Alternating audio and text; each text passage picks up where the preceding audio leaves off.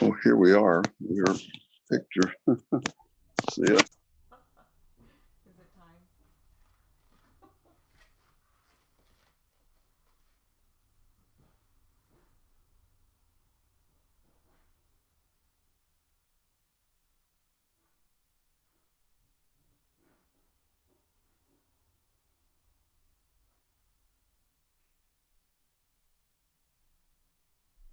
Go ahead, Annette.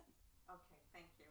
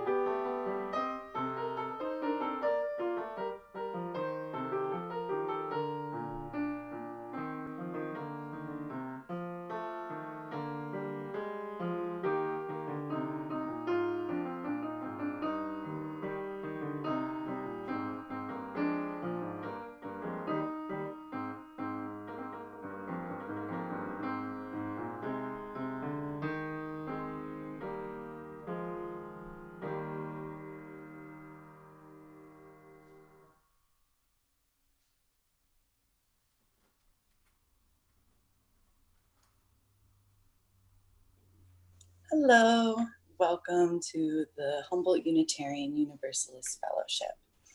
I am Scarlett Tripsmith and I will be your Zoom orienter for today. We ask that you please stay muted during the duration of the service. After the service, there will be time for a congressional chat where you will be allowed to see everyone and talk with all your fellow congressional members.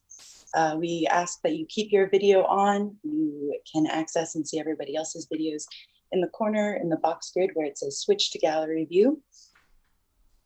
I do want you all to be aware that because we have different speakers, you might need to vary your volume from now and then depending on the speaker, so just be aware of that. Our joys and sorrows today will be taken by Bertie Welty, and we are doing those today utilizing the chat function.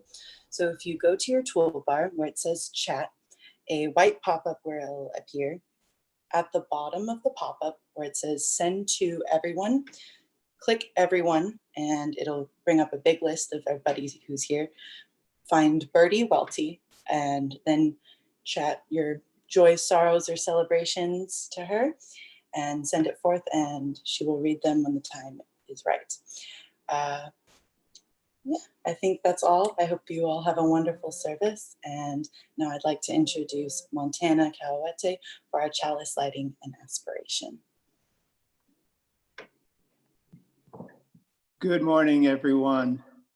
Welcome. My name is Michael Montana Cowett, your worship associate for this morning's service entitled Rooted, Inspired, and Ready.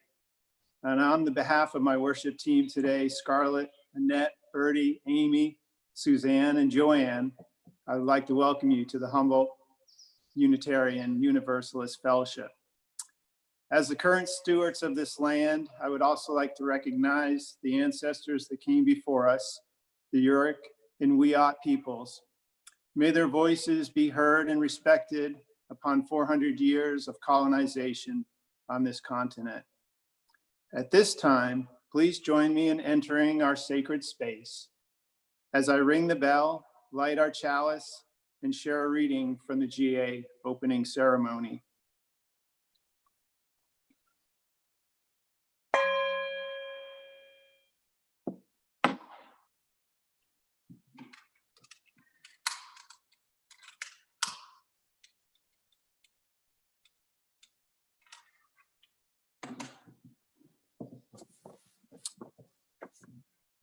Flame friend of our most ancient ancestors, we kindle you now to make you visible in this time. Yet in truth, you burn always in the unique worth of each person in the moment of imagination, in the turning of the heart to the sorrow and to joy, in the call to hope and in the call to justice, in the moment of recognition and the remembrance of friendship. We burn bright before us, burn bright within us. Blessed be. And if you would all join me in our aspiration, Scarlett will put the words up on the screen for us. And as our past Reverend Johnson suggested, we now call this our covenant. Let's all join in together. May love be the spirit of this fellowship. May the quest for truth be its sacrament and service be its prayer. To dwell together in peace, to seek knowledge and freedom, and to help one another in fellowship. This is our aspiration.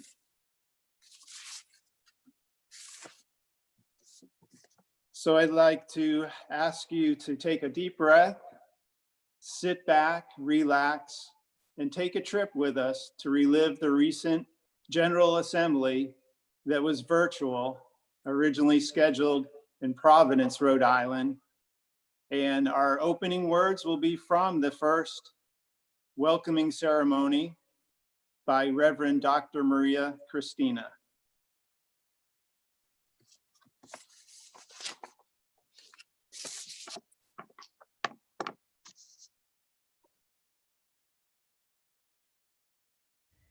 Kume akukon payaimun. Bienvenidos, bienvenides. Welcome everyone. Our opening worship service is offered in solidarity with the Mashpee Wampanoag people in their struggle, which is now our struggle as well, to defend their sacred lands.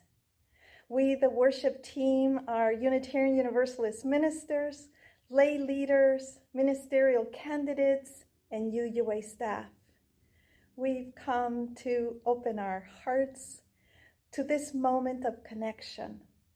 And despite our physical separation and distancing, we know that Spirit moves within each of us and collectively.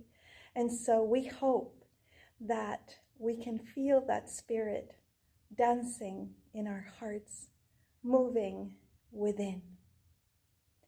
We have come with heavy hearts indeed. These past few months have been so difficult, filled with grief and fear. And so we lift up that grief, that rage, as well as our hope, joy, and prayers for healing on so many levels. We grieve the ongoing violent deaths of our Black siblings. We grieve the ongoing violent disappearance and deaths of our Native sisters and trans siblings. We grieve the ongoing desecration of sacred lands and Mother Earth, Pachamama. And we dance. We dance as prayer. We dance as offering. We dance as embodiment of this hope, of this joy, of this life that we have individually, together as one people.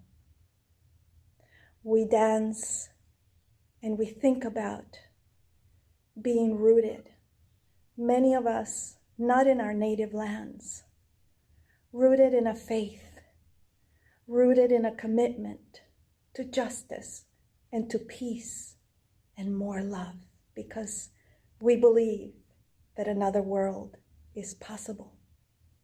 May you receive this ceremony with the same love that is being offered, and may you receive the collective blessings and good medicine embodied in all of us and in the heartbeat of the drum.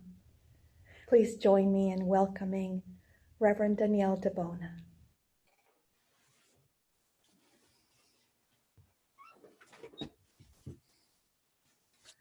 Hello, I'm Bertie Welty, and today I have the pleasure of doing the joys and sorrows. If you have not already done so, send them to me in the chat box. At present, I have 3 from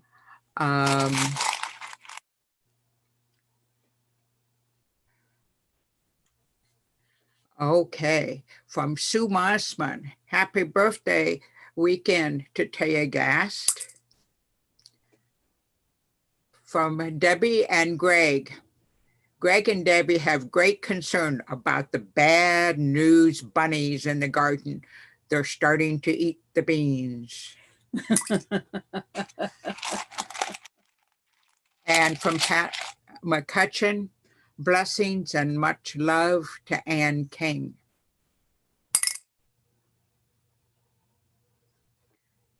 And having no further joys and concerns, I dropped this final pebble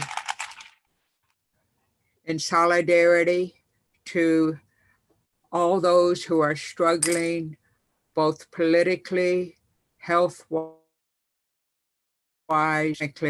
in solidarity, and this pebble for the joys, sorrows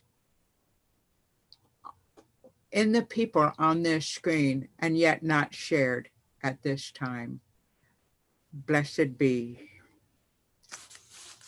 This year at General Assembly, the choir was virtual, singing and recording in their own home, then having it all stitched together, kind of like our own music Sunday service.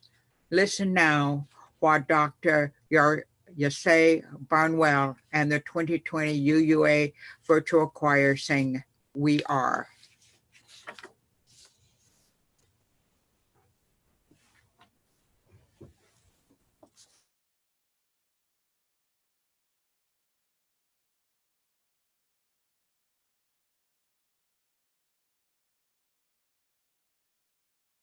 For each child that's born, a morning star rises and sings to the universe who we are. For each child that's born, a morning star rises and sings to the universe who we are. Oh, for each child that's born, a morning star rises and sings to the universe who we are. Oh, for each child that's born, a morning star rises and sings to the universe who we are. We are our grandmother's prayers, and we are our grandfather's dreamings, and we are the breath of our ancestors. We are the Spirit of God. We are mothers of courage, fathers of time, daughters of dust, and the sons of great visions. We're sisters of mercy, brothers of love, lovers of life, and the builders of nations. We're seekers of truth, keepers of faith, makers of peace, and the wisdom of ages. We are our grandmother's prayers. We are our grandfather's dreamings, and we are the breath of our ancestors. We are the Spirit of God. We are mothers of courage, fathers of time, daughters of dust, and the sons of great visions. We're sisters of mercy, brothers of love, lovers of life, and the builders of nations. We're seekers of truth and keepers of faith. We are makers of peace and the wisdom wisdom of ages. We are our grandmother's prayers. We are our grandfather's dreamings, and we are the breath of our ancestors. We are the Spirit of God. We are our grandmother's prayers, and we are our grandfather's dreamings. We are the breath of our ancestors. We are the Spirit of God. For each child that's born, a morning star rises and sings to the universe who we are.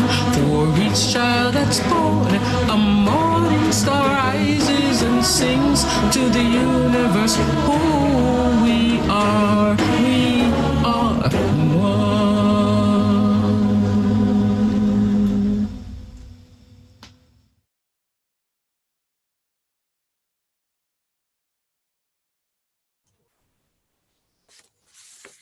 And now, in addition to wonderful music, what exactly is General Assembly?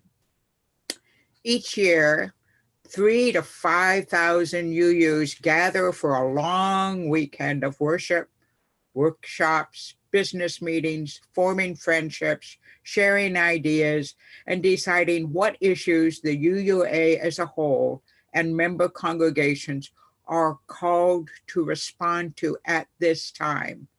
That's a lot to pack into essentially 4 days, midday Wednesday to midday Sunday. For decades, the location of this in-person affair has rotated between the East, Middle, and West of the US.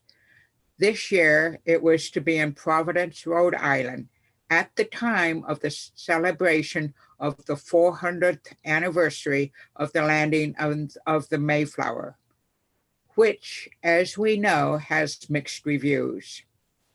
The indigenous people of that area, like those throughout the US, were pushed aside, wiped out through disease and warfare. Whole cultures were fractured and some destroyed, displaced by these invaders, our forefathers. This is still going on as our federal government are currently driving a local tribe in that area from their reservation lands. There was to be a focus on indigenous rights and a protest there in Providence. And along comes COVID, and everything went virtual. Since the UUA had been streaming sections of General Assembly for the last few years so delegates could participate from afar, they were able to pull off a close to 5,000 member conference, totally online. Much of the focus remained on education about and a call to action for indigenous peoples. In addition, the UUA has, as has our congregation, been working on dismantling white supremacy. This too was a focus at General Assembly, especially given the recent events. Another focus was climate change. And of course, music, worship, staying centered in the midst of chaos, and tools for congregations to use. One thinks of business meetings as being something of, oh, well, I guess it has to be done. Not so at General Assembly. The 6 business sessions primarily focus on deciding what issues in our society most need to be addressed at this time. Of primary importance were the 2 actions of immediate witness which were passed. The first is entitled Action of Immediate Witness to Address 400 Years of White Supremacist Colonialization. In brief summary, after a lot of whereases, it calls upon all UUs to gather in solidarity with Indigenous peoples, push for a release of water protectors from prisons and for prison reform, work for public policy to decolonize, such as including Indigenous history in school curriculums, eliminating racist monuments, establishing Indigenous days, to work to stop and reverse ecological harm in genuine collaboration with and with leadership from populations most impacted by extractive exploitation of land, water, air, and all other beings. To research, identify, and acknowledge the Indigenous peoples historically or currently connected with the land occupied by the congregations, and to find ways to act in solidarity with or even partner with those Indigenous peoples. At the fellowship, we honor the ancestral lands of the Wiyot people on whom our building stands. And it calls on us to examine practices relative to Indigenous peoples, particularly their narrative regarding UU origins and US holidays, including Thanksgiving. The second action of immediate witness is entitled Amen to Uprising, a commitment and call to action. This is in response to the recent Black Lives Matter uprising and essentially states that UUs are encouraged to commit to shaping a world in which love and justice may thrive, where Black leadership, creativity, and resilience is celebrated and Black grief honored. To collaborate with Black organizations, to create systemic changes within congregations by numerous actions, not all of which I personally agree, to support uprisings with spiritual and material support, advocate for various changes proposed by Black Lives Matter, commit to making our congregations and communities authentically multiracial, multicultural, and anti-oppressive places, commit to staying in this process for the long haul. If you want to learn more details about all of these action items, which I hope we will study throughout the year and actually follow through and act on them, you can go to uua.org, search for GA 2020 results, select General Assembly June 24-28, and then select Summary of 2020 Business. There were also 3 responsive resolutions passed. Widening the Circle. This transitioned the Journey of Wholeness Transformation Committee that was established into 1997 and has done a lot of work into a newly established ongoing accountability commission. The second resolution was supporting and investing in youth and young adults by hiring and retaining lifespan faith engagement, both national and congregational life, regional staff, and encouraging congregations to do likewise, to spend money to serve youth and young adults. And the third and last responsive resolution was the pandemic, a religious response, dealing primarily with the problems of inequity and a flawed health system. So with all of this business stuff, did Bertie even get to go to anything else? Yes, I did. I love the worship services and the various speakers. One of the workshops I attended was a community of communities which really shifted my thinking about the fellowship. At the fellowship, we are concerned at times about the separation of the families with children in the RE program and the older crowd that more likely attends service on a regular basis. We've been using a family model, kind of like it's not okay if we're all not sitting down at the dinner table. However, we emphasize that it is natural that subgroups form and nurture the needs of those subgroup members. While there are overlaps between the various communities that make up Huff, we are unique, and that is okay. Acknowledging that there are many smaller communities that make up Huff was a paradigm shift for me. There were so many more experiences during those 4 days. I was so impressed by Roxanne Dunbar Ortiz, author of The Indigenous Peoples of the United States, that I not only bought,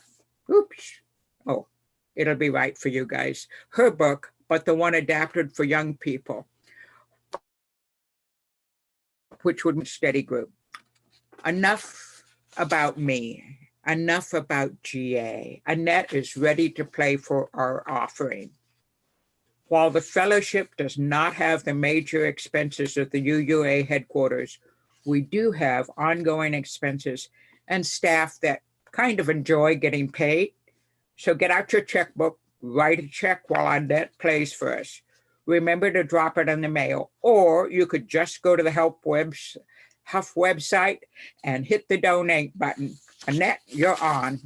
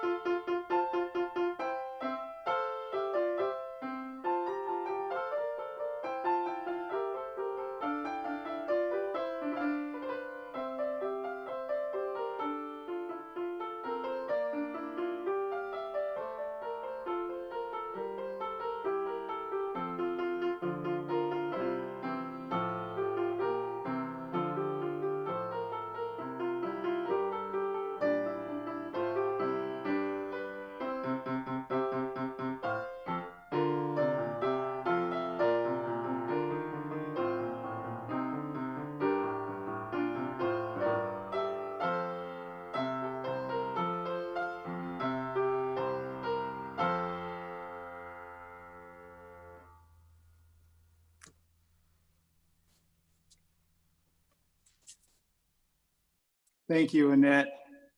I always enjoy what you choose I will add a however. This new normal of copyright infringement with our services threw a snag in today's musical selections. I would have asked you to play Curtis Mayfield's People Get Ready from 1965 and hum that along. Think of that song as I tell everyone my experiences at the recent virtual General Assembly. I'm jumping ahead a little bit. Let's go back to the roots part of rooted, inspired, and ready. The Providence, Rhode Island conference would have been held about an hour from where I was born and raised, my roots back east. And so my experience started probably back in February or March when I found out there was a scholarship being offered to attend the 4 or 5 day conference, of which I applied and won. And my excitement grew and grew, and then got a little leery as things continued. And about April, it was decided that the conference would not take place in Providence. It would be a virtual experience.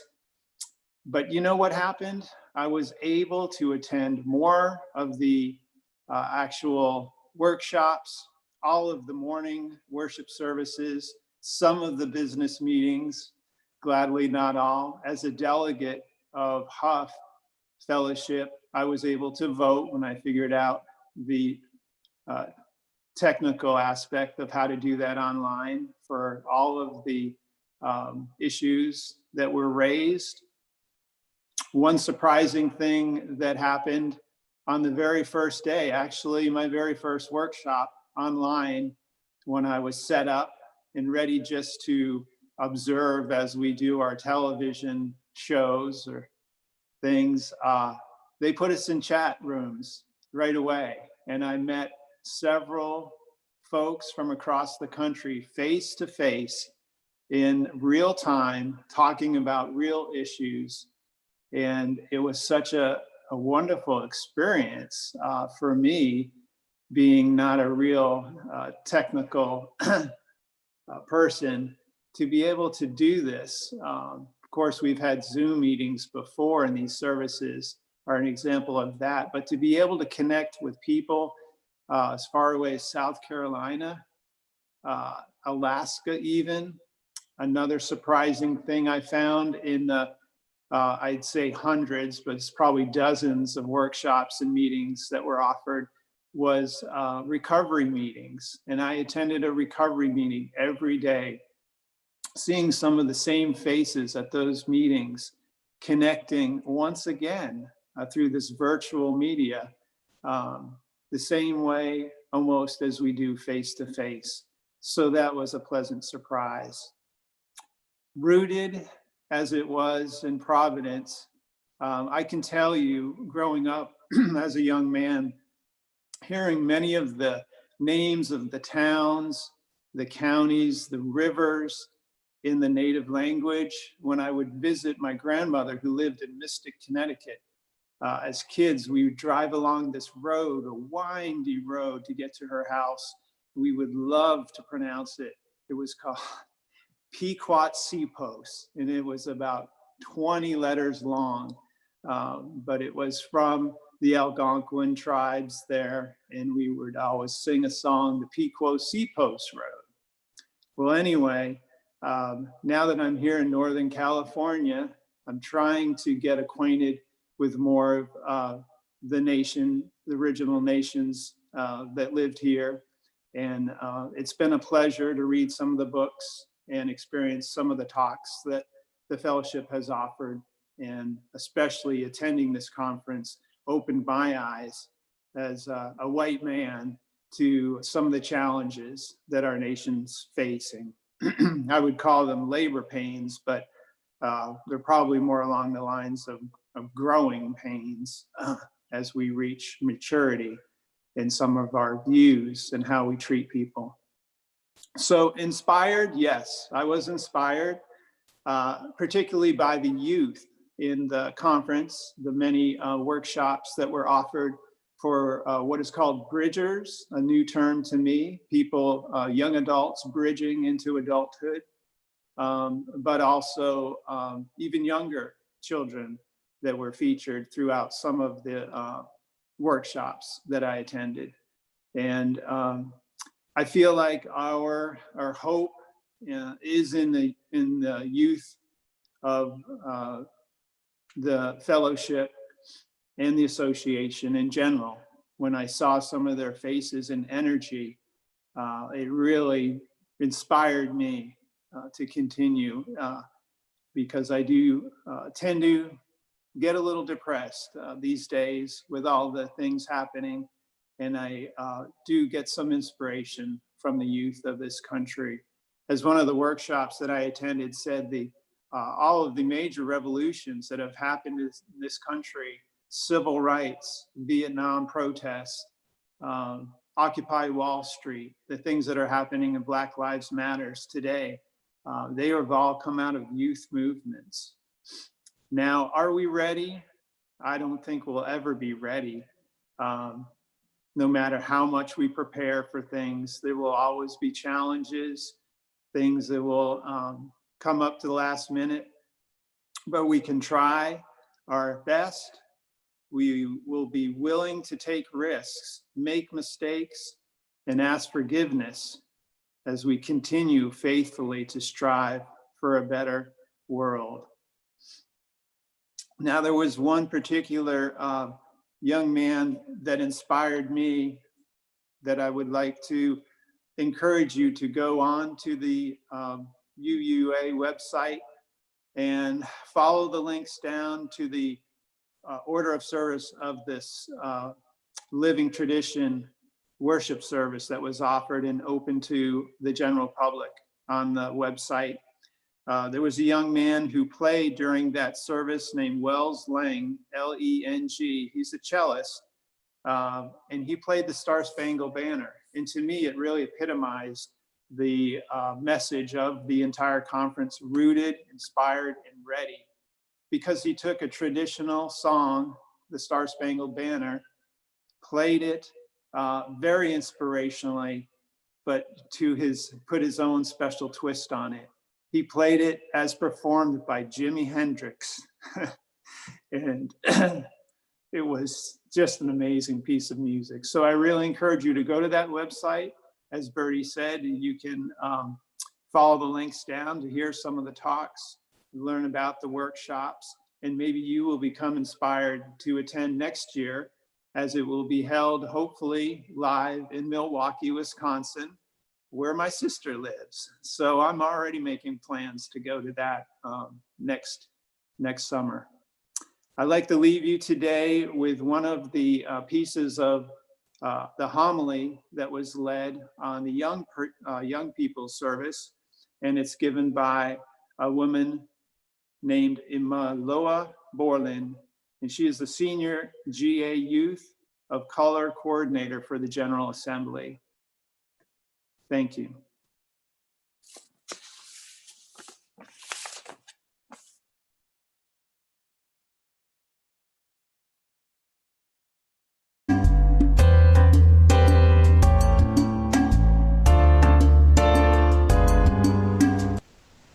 I've always been a firm believer that young people are the catalyst for change.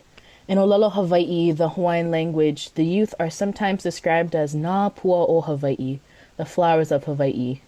We are the blossoms waiting to bloom, the pride and joy of one's garden.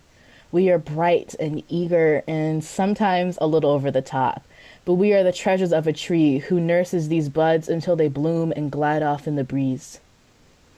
I've always had a thirst for justice. Ever since I learned what right and wrong were, I've been working to ensure that, at least in my little world, there were more rights than wrongs. And then I started to grow up, and that small world of childhood quickly expanded to become this globe that we all live on. And that making sure things went right was a lot more difficult when there were 7 billion people to look out for. But just because the number of people I became concerned about suddenly multiplied by the billion didn't mean my passion shrank. In fact, it continued to grow and blossomed into the political movements I participated in during high school. However, even though my voice naturally amplifies itself, the adults I interacted with seemed to have difficulties hearing me. Even when my voice was heard, they found it more amusing than threatening. I was the star youth of my congregation who was always organizing rallies or writing testimony for the legislature or being interviewed for the local paper. I was their flower, but they weren't my tree. When my opinions grew beyond the things that they agreed with, when I began to advocate for Native sovereignty and land rights, when my interests conflicted directly with their lifestyles, suddenly my support vanished. I was no longer the sweet plumeria blossom. I had morphed into something more destructive, like a lava flow. But lava does not only bring chaos and ruin. The Hawaiian way of thinking sees lava as an opportunity for rebirth and change. Lava offers the land a chance to reshape itself, to build something new atop the old, to carve itself with new valleys and hills. In order for myself to grow, I had to let myself venture into the realm of blistering magma and molten rock to allow for Ohi'alehua sapling and Papale fern to sprout anew. I've learned that I no longer need permission from the adults in my life. I do not need permission to demand justice. I am my own entity, my own tree, and I can nurture myself in my own orchard of love. Because I am part of the future of this world, a future that begins now. E ma lama ya na pono o ka aina e na o pio. The traditions of the land are perpetuated by its youth.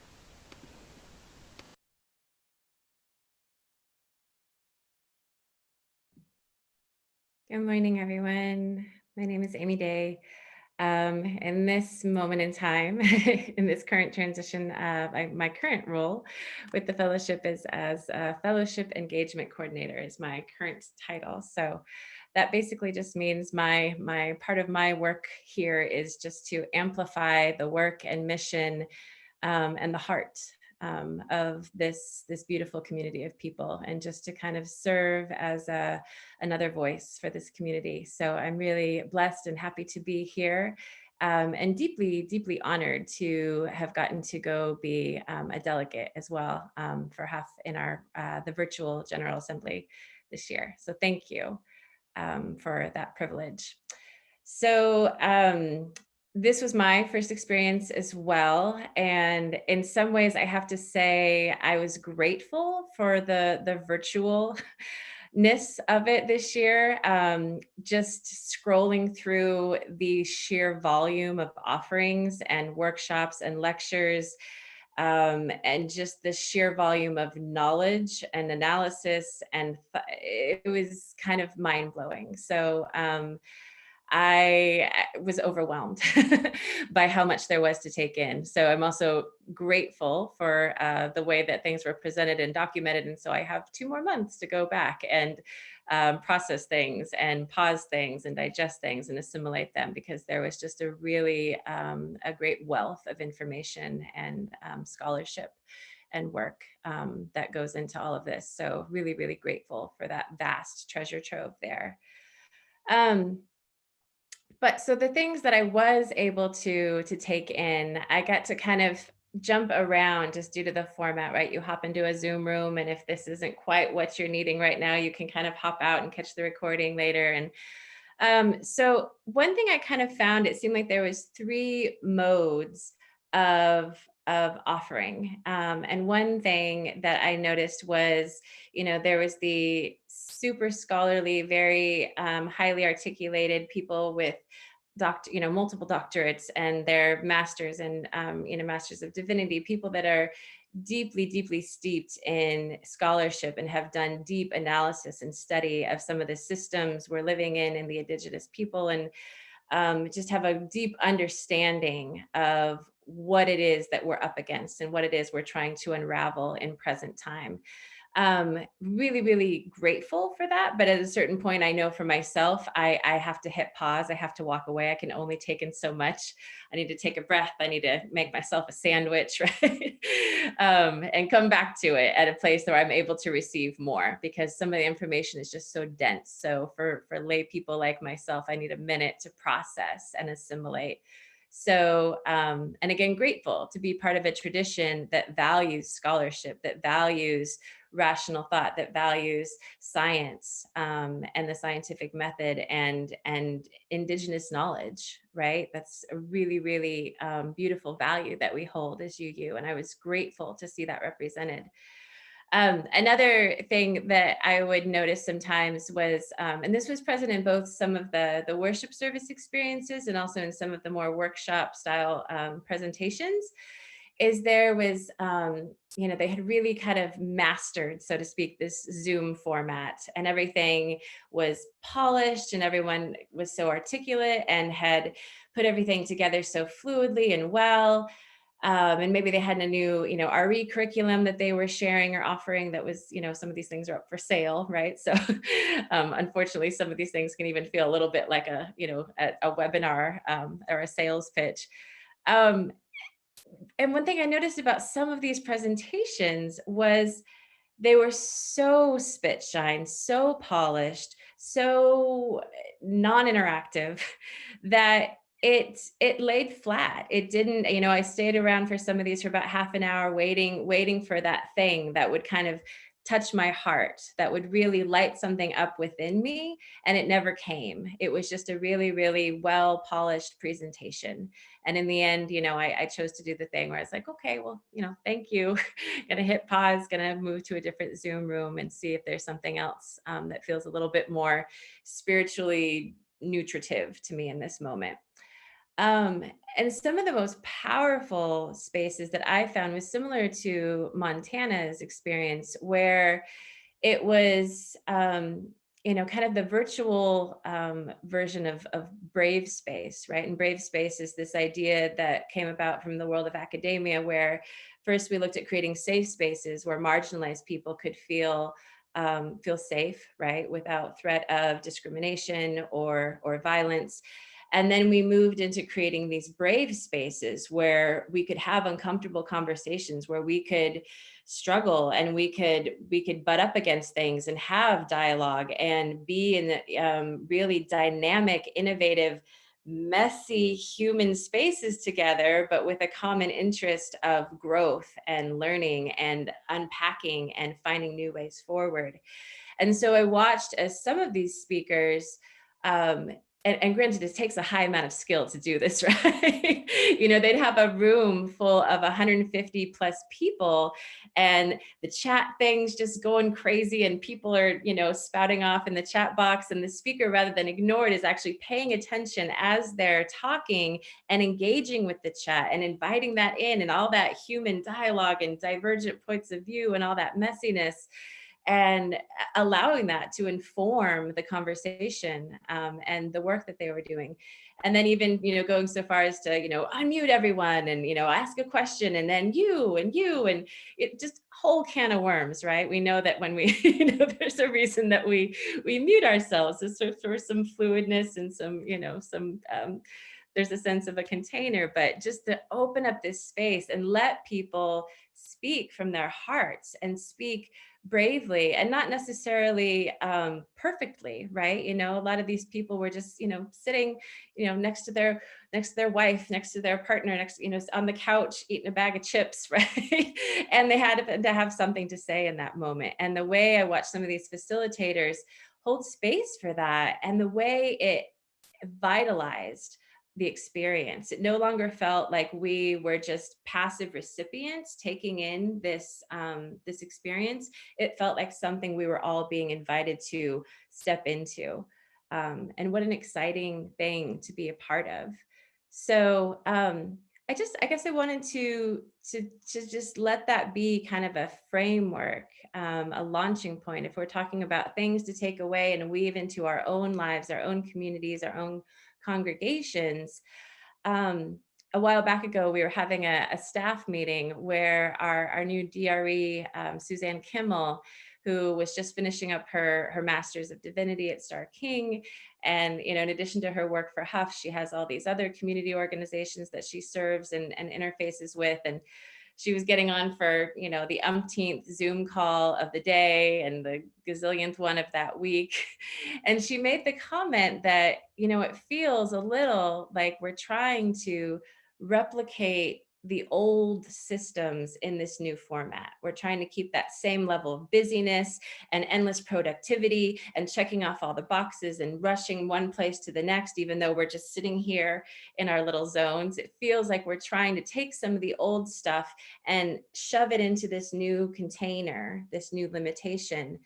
And it just gave me pause, because what we're really being given as we witness the breakdown, right, of so many old systems, as we look at the deep desire and the need within our culture to dismantle white supremacy, dismantle capitalism, dismantle so many of the oppressive systems that exist in and with outside of us.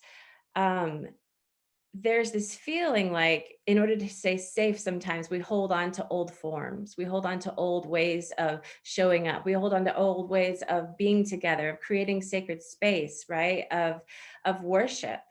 And I just want to toss it into the river, so to speak, this inspiration, this idea that we are free to abandon that which no longer serves us. We are free to envision new ways of being together. We are free to cast off old oppressive norms. We don't have to schlep those with us into the new ways in which we gather, the new ways in which we are being called to re-envision the world that we want to live in and our children to live in.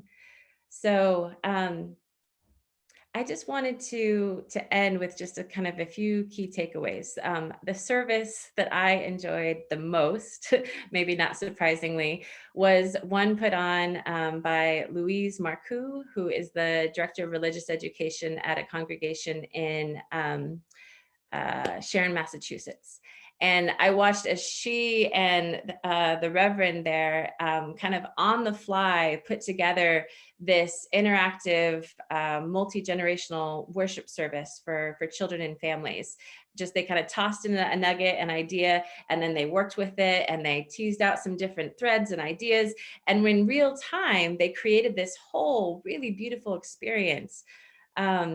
And so the workshop was called Collaborative Learning of Highly Interactive Family Workshop. And so And so there was a few things that I wanted to just throw out there as kind of key takeaways that I think apply to both the ways that we choose to worship. Oh, I'm seeing Scarlett, bless you, sneezing. She probably didn't need me.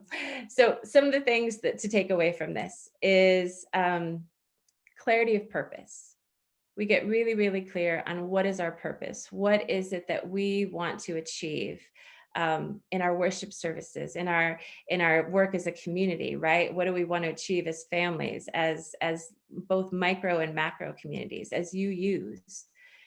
Being really clear on that, letting that be the foundation. And sometimes just even a kernel is enough. We don't have to see the whole picture. We just have to have that seed that we want to dive into, to plant deep. And the next thing is curiosity, right? And how curiosity can serve as kind of an antidote to this kind of that white supremacist idea of perfectionism, that everything has to be streamlined and polished and just so before we can offer it, right? Curiosity is a way just to show up and offer our gifts, even if we're not quite sure how this is going to work and it might fail, but hey, we're going to keep showing up and inhabit brave space, right? Time. How working in a very human, interactive, collaborative, authentic way, it's not efficient, right? It goes against our need to be productive, but it really, what we get on the other end of this investment of being in relationship with one another and being in collaboration together as we envision new forms and new ways of moving forward is so much richer than what we would get if we just, point A to point B and skip to the next thing. So it's worth the investment of time. And finally, just a sense of imagination, because, again, and I'll just quote Suzanne, who we get to see a video of in a moment, is this idea that, we have never lived inside a just world. We don't know what it's like to live and worship and be and raise our children inside a just and oppression-free world. So we can only begin to imagine what these new ways of being, new ways of gathering, new ways of moving forward, new ways of being in society together may be. We don't have to know, but we can begin to take those first tentative steps to imagining what that might look like. And there's power there. So I want to just again say thank you for just the gift of allowing me to go and represent Huff and to be a part of this larger conversation, because I think it's just so beautiful to remember, right? Here's 5,000 people from all over that gather to steep themselves in these values and these visions. And what a powerful thing for us to recognize that we are a community within a much larger community, and we're all in this together. So thank you.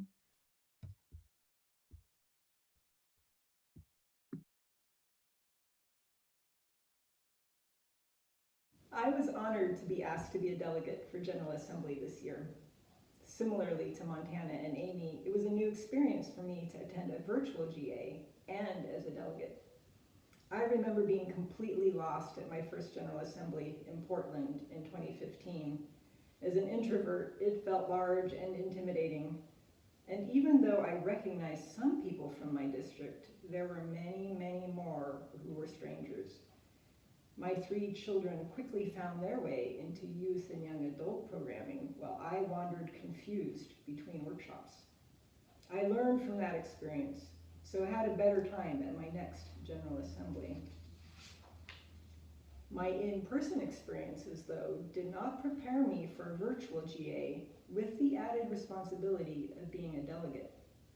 So many devices, communication platforms, and time zones. Was the meeting where delegates discuss and vote on items really at 7 a.m. our time? Wait, or was it 10 a.m.?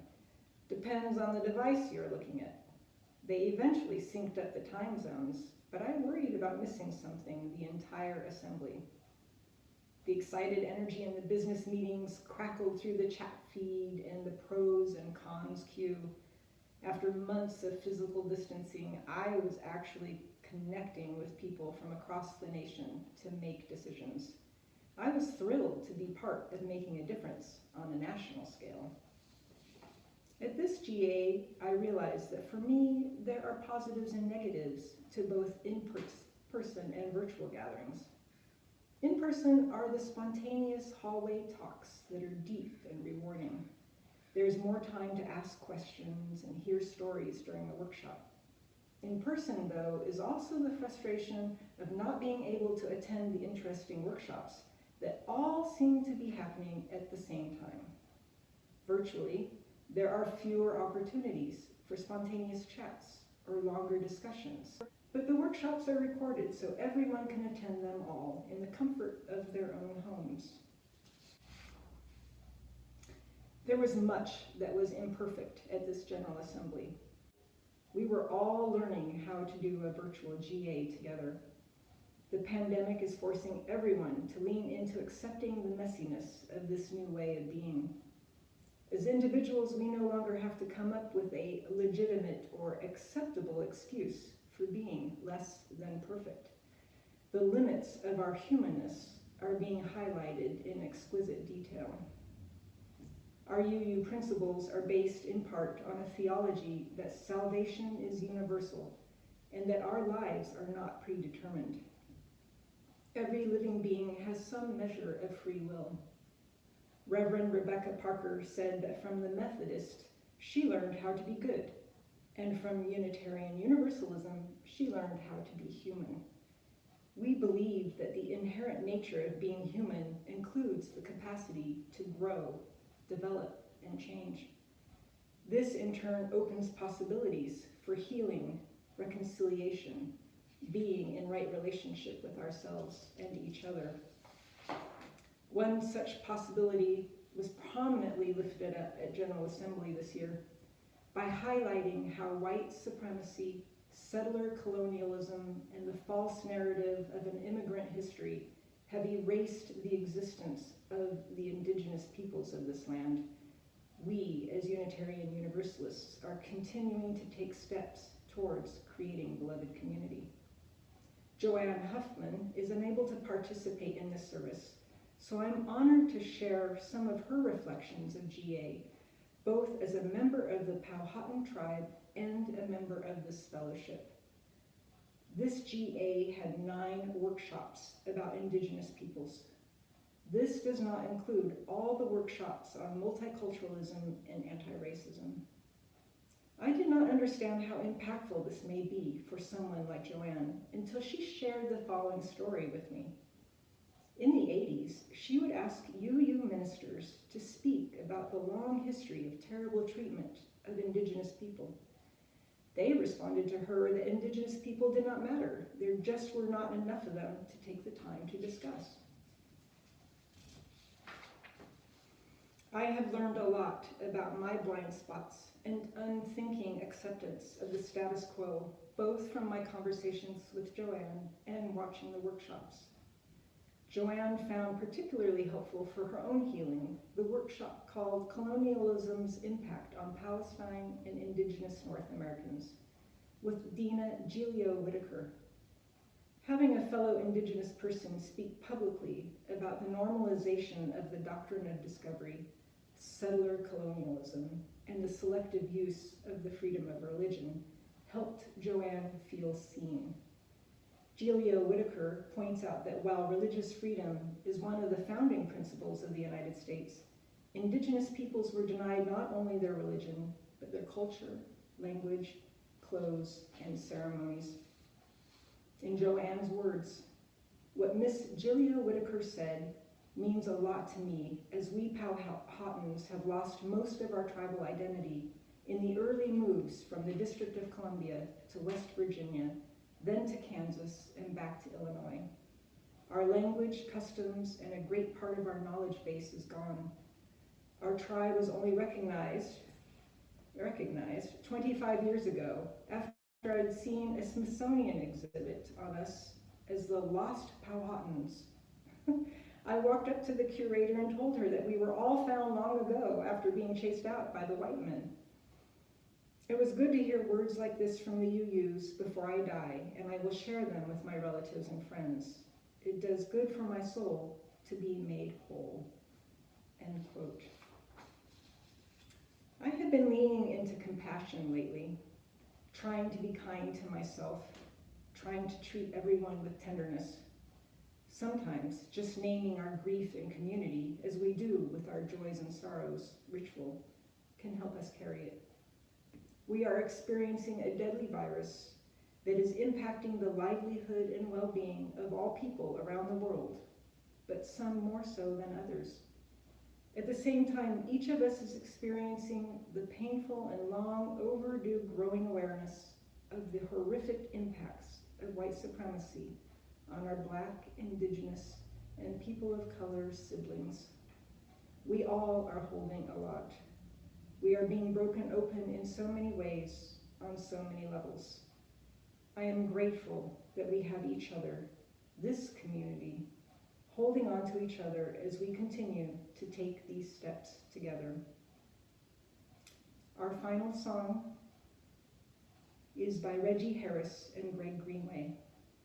In their Deeper Than the Skin musical workshop at General Assembly about building cross-racial connections, note that it is a mighty long way from separation to true connection, and we're gonna take it one step at a time so we can make that walk from there to here.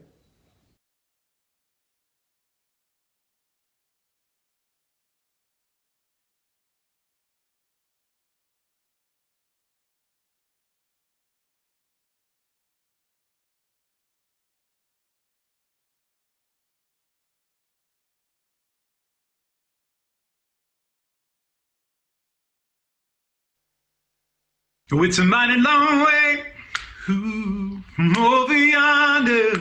Ooh, it's a mighty long way, ooh, from there to here. We're gonna take it, oh yes. yes, one step at a time, so that we can make that walk from there to here. Oh, it's a mighty long way, it's a mighty long way from over yonder, from over yonder. It's a mighty long way, it's a mighty long way from there to here. There to here. We're gonna take it, oh yes, one step at a time, so that we can make that walk from there to here.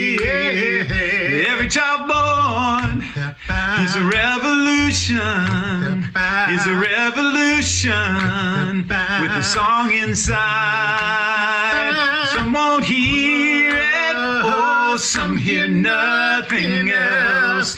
Sing night and day just to keep that song alive. Oh, it's a mighty long way, it's a mighty long way from over yonder, from over yonder. It's a mighty long way, it's a mighty long way from there to here, there to here. We're gonna take it, oh yes, one step at a time, so that we can make that walk from there to here. One more time. It's a mighty long way, it's a mighty long way from over yonder, from over yonder. It's a mighty long way, it's a mighty long way from there to here, there to here. We're gonna take it, oh yes, one step at a time, so that we can make that walk from there to here. Now when you got a dream, you got to stand up and shout it loud and clear.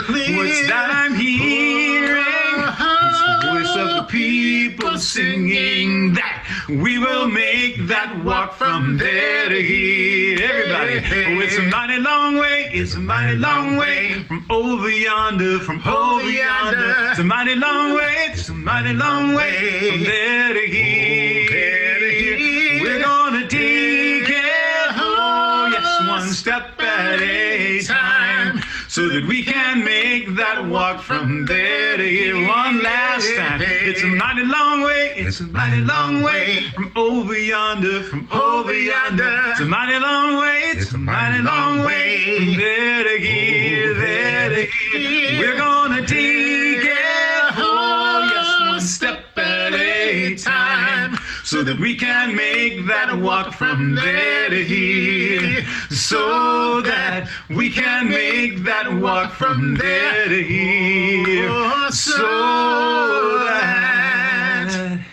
we can make that walk from there to here.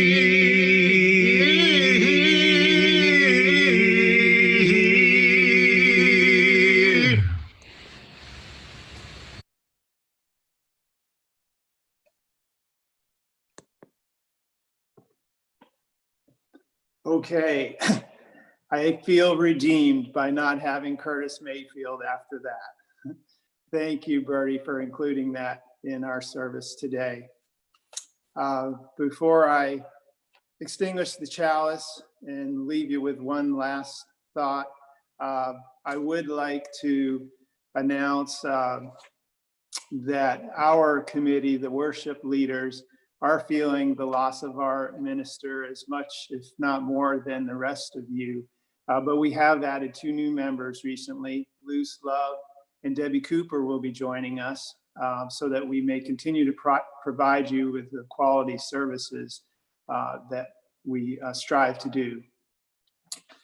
In next Sunday's service, we will have a guest UU minister visiting us, Reverend Michael Dowd. Will be presenting ecology as theology. I'm really looking forward to that. Will be next Sunday at 11 a.m. Please join us again. And then on a positive note, I always like to leave with positivity. I read in the newspaper this Thursday, so just a few days ago, there was a small spark of hope, or hopefully not too small.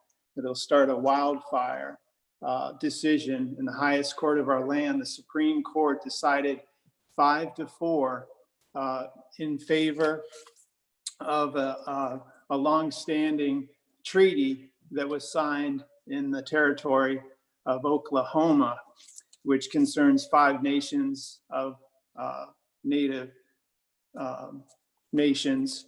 And it was upheld even though the recently conservative stacked Supreme Court, it was upheld by a conservative judge, and 5 of the liberal judge passed this, that that land, roughly 1/5 of the state of Oklahoma, is still under considered native lands and reservations that were given to these people. So we'll see what happens from here, but it should start a lot of conversations, and I'm hopeful that this will continue onward at this time. So a member of that tribe, of one of the 5 nations, is actually our current poet laureate of the United States, and her name is Joy Harjo. She belongs to the Muskogee Creek Nation, and her recent book, which came out last year, a bunch of poems, An American Sunrise, I recommend. And this is just from the introduction to her book. And she says, on May 28, 1830, President Andrew Jackson unlawfully signed the Indian Removal Act to force more Southeastern peoples from our homelands to the West. We were rounded up with what we could carry. We were forced to leave behind houses, printing presses, stores, cattle, schools, pianos, ceremonial grounds, tribal towns, churches.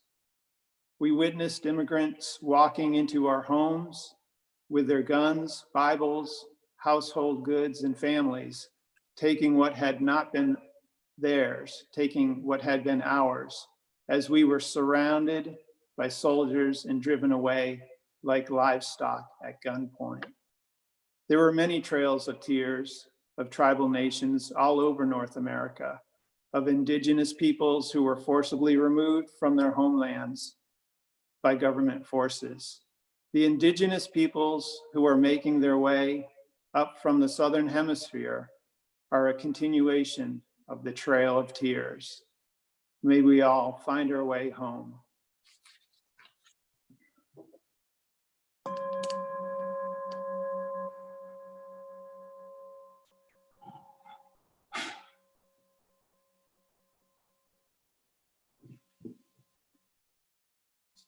Please join me in singing with Annette, Go From Here in Peace, and stick around for the chat.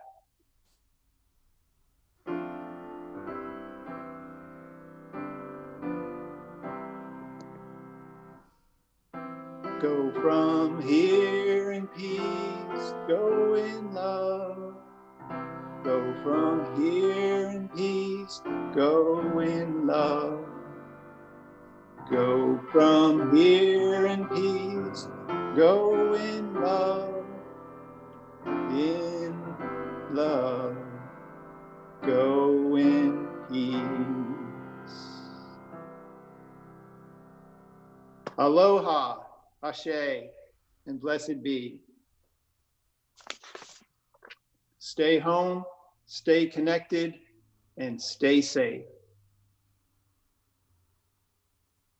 Stick around for the congregational chat following this service. Thank you.